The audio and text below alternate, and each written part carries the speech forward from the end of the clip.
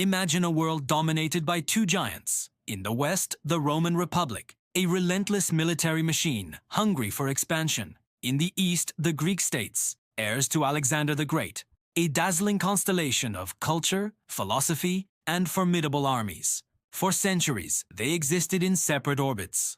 But as Rome's power surged across the Italian peninsula and into the Mediterranean, a collision was inevitable.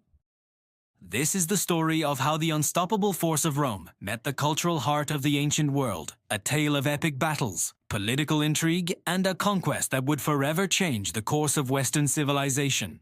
The first major tremors of this clash were felt in the Macedonian Wars. Picture the scene at the Battle of Cynocephalae.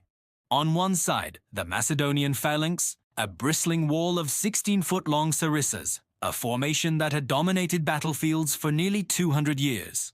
On the other, the Roman legion, flexible, adaptable, and ruthlessly efficient. While the phalanx was nearly unbeatable on flat ground, the broken terrain of Cynoscephalae exposed its fatal weakness. The Roman maniples, smaller and more agile, flowed around the rigid Greek formation, attacking its vulnerable flanks and rear. The result was a stunning Roman victory. Led by commanders like Titus Quinctius Flamininus, Rome demonstrated that its military system was superior.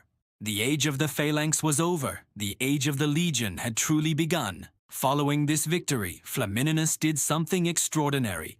At the Isthmian Games in Corinth in 196 BC, a herald stepped forward and made a proclamation that sent shockwaves through the Greek world. Rome, he declared, was granting freedom to all the Greeks. The stadium erupted in celebration. It seemed like a new dawn, a generous act from a powerful but benevolent victor. But this freedom was a carefully crafted illusion. Rome wasn't leaving, it was merely changing its method of control. By positioning itself as the guarantor of Greek liberty, Rome could now arbitrate disputes, choose sides in local conflicts, and ensure that no single Greek power could ever rise to challenge its authority again. The Greeks were free, but only as long as their freedom aligned with Roman interests. It was a masterclass in political maneuvering, a velvet glove hiding an iron fist. The illusion of freedom could not last. Decades of Roman interference and growing Greek resentment finally boiled over into open rebellion. The Achaean League, a confederation of Greek city-states, made a final, desperate stand for true independence. The Roman response was swift and merciless. In 146 BC, the same year they obliterated Carthage, the legions marched on Corinth, the jewel of the Achaean League and a symbol of Greek commercial and cultural power. The city was brutally sacked. Its treasures were looted, its buildings were razed to the ground, and its citizens were either killed or sold into slavery. The destruction of Corinth was a terrifying message to the rest of the world. Greek independence was officially over. After centuries of glorious history, Greece was now just another province in a rapidly expanding Roman Empire. Yet, the story doesn't end there. As the Roman poet Horace would later write, "Captive Greece took its brutish conqueror captive." While Rome conquered Greece with swords and legions, Greece conquered Rome with its culture.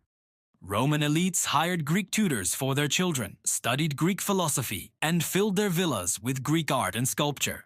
They adopted Greek architectural styles, revered Greek literature, and even modeled their gods on the Greek pantheon. The military conquest was total, but a cultural fusion began. In a strange twist of fate, the very civilization that Rome had subjugated provided the cultural and intellectual foundation upon which the Roman Empire would build its legacy. The conquered had, in a way, conquered their conqueror, creating the rich Greco-Roman heritage that continues to shape our world to this day. Thank you for watching. If you enjoyed this journey into the past, please like, subscribe, and hit the notification bell for more stories from history.